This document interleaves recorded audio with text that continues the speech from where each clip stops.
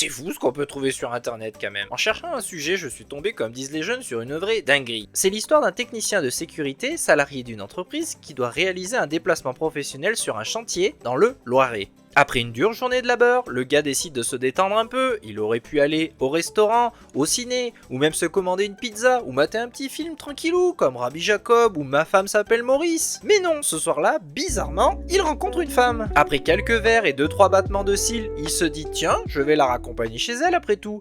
Ah oui, précision, le type était déjà en couple visiblement. Mais ça, c'est pas le plus important, attendez la suite. Arrivé au domicile de la femme en question, il se dit autant pas s'arrêter en si bon chemin, ça serait dommage. À votre avis, qu'est-ce qui a bien pu se passer? Bah évidemment qu'ils se sont envoyés en l'air, vous croyez quoi? Qu'ils allaient avoir une prise de conscience? Non, c'est mal ce que je fais, Dieu me regarde. Ben voyons. Sauf qu'il y a un petit couac dans l'histoire. Au moment où ils s'amusaient tous les deux certainement le plus, le gars fait malheureusement une crise cardiaque. Résultat, bah il est mort.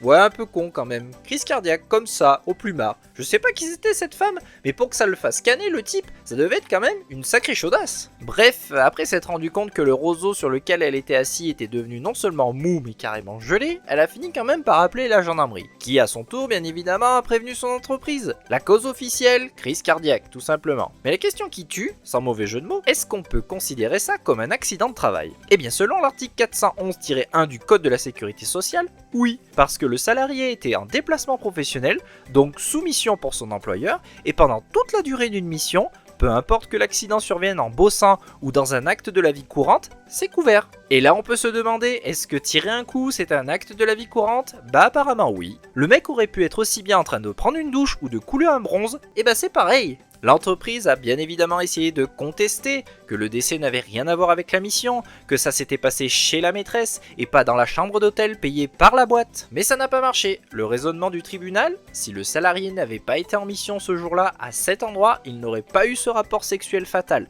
Donc le décès a bien pour origine le travail. Résultat, accident de travail reconnu, la CPM a bien évidemment versé une rente pour sa famille, et pour le patron, et bien là, ça pique. Non!